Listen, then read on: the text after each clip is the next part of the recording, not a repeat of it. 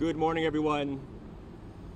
We came to the courthouse today to defend the United States Constitution, to defend democracy in America, and to defend what it means to be an American citizen. We are thrilled that the court saw the seriousness and the urgency of the complaint and request for a temporary restraining order brought by the state of Washington, Oregon, Arizona, and Illinois, and are thrilled that the judge issued a temporary restraining order directing the United States government to take no further action in enforcing and implementing the unconstitutional and un-American executive order attempting to eliminate birthright citizenship in America. This is step one, but to hear the judge from the bench say that in his 40 years as a judge, he has never seen something so blatantly unconstitutional sets the tone for the seriousness of this effort.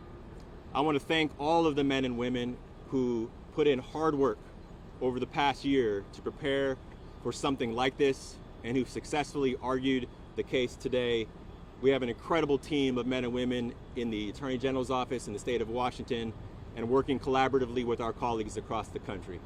We'll take your questions. Nick, you heard the argument that you didn't need to do this right now, that this wasn't even going into effect until next month.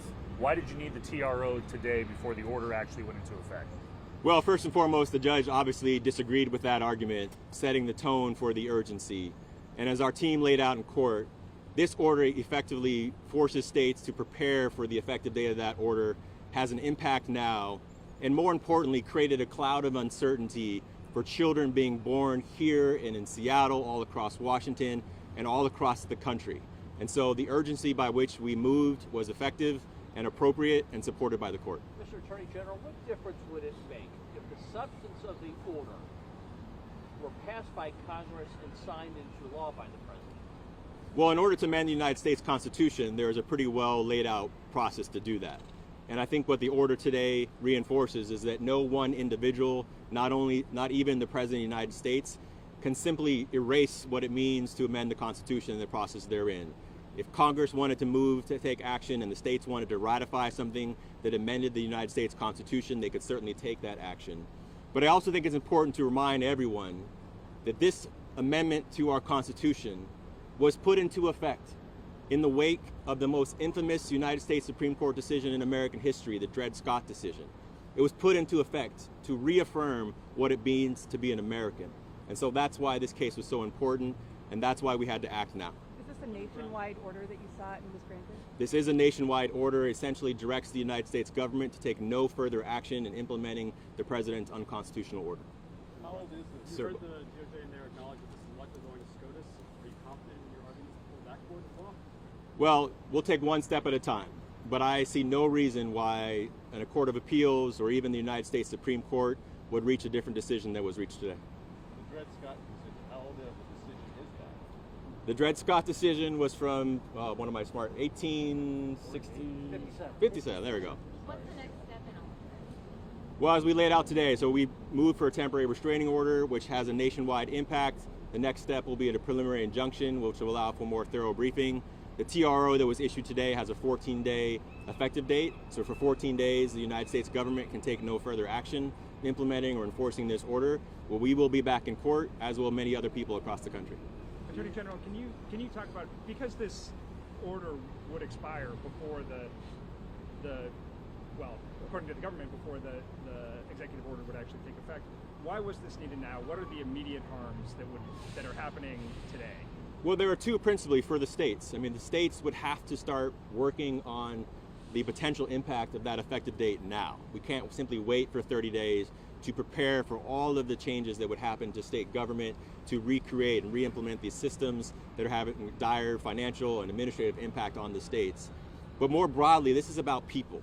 This is about people who the President of the United States was trying to deny their lawful right to be citizens. And babies are being born today, tomorrow, every day, all across this country. And so we had to act now to provide back to the status quo, back what has been the law of the land for generations, that you are an American citizen if you were born on American soil, period.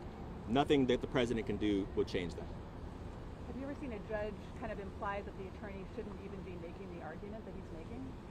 Well, I've been in court enough to see a lot of frustrated judges. and I've been in front of Judge Coughenour before to see his frustration personally. But I think the words that he expressed and the seriousness that he expressed really just drove home that what we have been saying as state attorney generals for a very long time now, as we looked at the potential of this order, and since the order was issued. This is fairly obvious. This is fairly simple.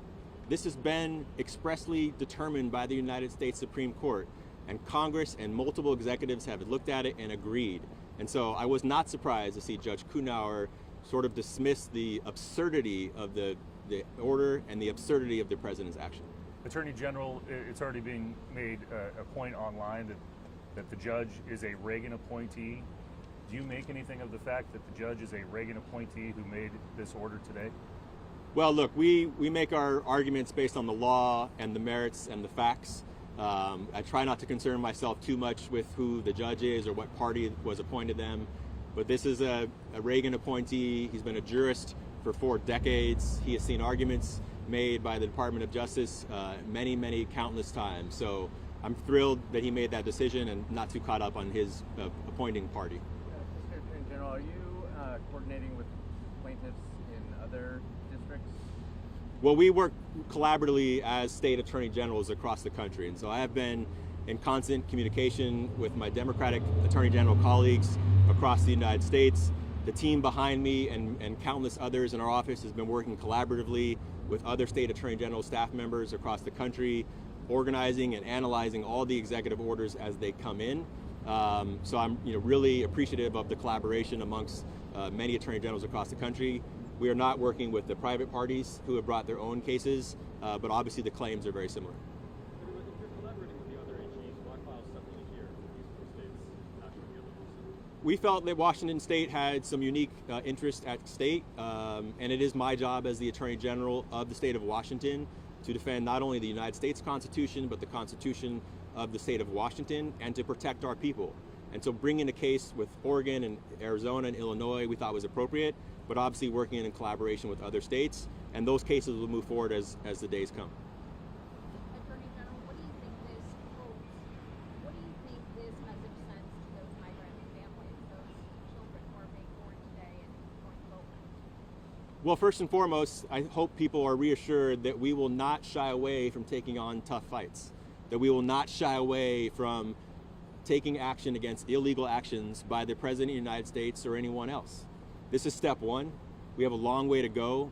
There are many other orders that are being issued by the President that will have potential impacts on people, but we are really relieved, frankly, that at least this court has seen the blatant unconstitutional action of this president, and now we're back to the status quo. We're back to the rule that has been the law of this land now for generations, that you are an American if you were born in the United States. Thank you very much, everyone. Thank you, sir.